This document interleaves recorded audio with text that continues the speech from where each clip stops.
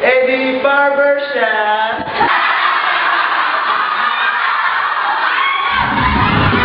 Anong tawag sa favorite radio station ng mga bear?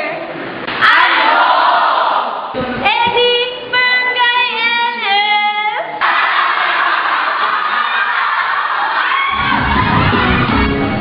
Sinong bear ang sikat? Sino daw? Eddie Justin Bieber!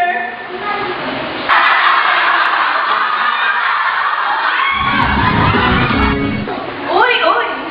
Anong tawag sa maliit na lunal? Ano daw? Eddie Small! Ako naman. Ano naman ang tawag sa malaking manal? Ano daw? Eddie, medyo mole. Oh, ako naman. Ano naman ang pinakamalaking lunal?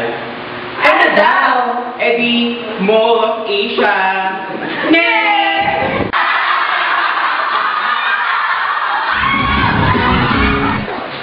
Pare, ano punutan nyo kagabi?